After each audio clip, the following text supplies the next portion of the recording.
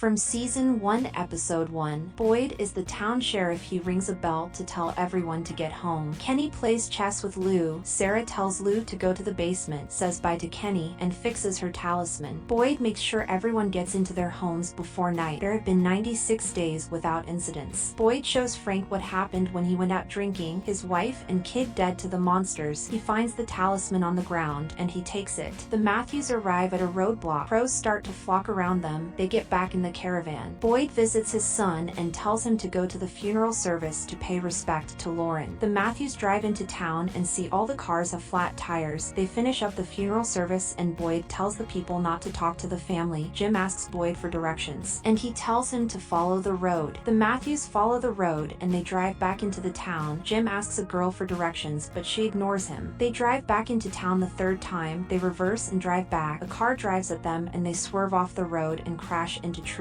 Boyd is laying out a spike trap. He finds a guy saying there's been an accident. Boyd finds a guy and cuffs him to a car. He climbs on top of the RV and gets in the checks that Tabitha's alive. He gets Julie out. Jim finds out Tabitha woke up. He leaves the RV to talk to them. Boyd tries to convince them to leave, saying that the woods are dangerous after dark. Tabitha says there is something weird about the town. Jim decides to stay and help Ethan. Boyd puts up a talisman and Jim questions it. He says he is trying to keep the RV safe. Julie and Tabitha get into town by truck, but they run over the spike strip they laid before they run out of the truck. Jim wants to know what making the RV safe means and Ethan starts having a seizure. Boyd watches people come to the RV. From Season 1, Episode 2. People ask if they're okay and Jim goes to let them in, but Boyd chokes him and tells him they are not people. Tabitha and Julie run across the field at night. They get to the door and the colony won't open the door. They let them in before the monsters get in, and they tie up Tabitha and Julie. They keep Tabitha in her room. Donna explains what rules they follow in the town. Fatima shows Julie Ellis's paintings. They pull the rod out of Ethan's leg. Donna explains that when she got there she saw the tree in the road. They drove through a straight line but made it to the town. They drove a second time and a person was smiling in front of the car. Her sister got out with a shotgun and started screaming. It smiled and ripped her face off. They were surrounded. She ran off and hid in brushes at the end of the forest. She could still hear her sister scream. Jim says he's an engineer and he builds theme parks, and Cruziti says he says it in the present tense. The Matthews reunite. Kenny finds the door open to the hospital. His father is dead. He explains to Boyd that they are running out of moves. The monsters always walk and smile. They never run. The Matthews are in the colony. From Season 1, Episode 3. Boyd wakes up and stares at a metal shed. He checks in on Frank. Jade finds out that the town is inescapable and that monsters come out at night to hunt them. He doesn't believe it. He thinks Toby paid a fortune for the acting, and he wanders around town. Jim and Tabitha are made to join the choosing ceremony, where they pick if they want to live in downtown or the colony. Jade goes into the diner and asks where the next clue is. He skips the line and grabs the food. Tabitha and Jim find out about the box, the only form of punishment they have. When a person's negligence affects the death of others, they are put into the box. Tonight is the first time they use it. Father shows them the room where Megan and Lauren died. It is their house if they decide to keep it.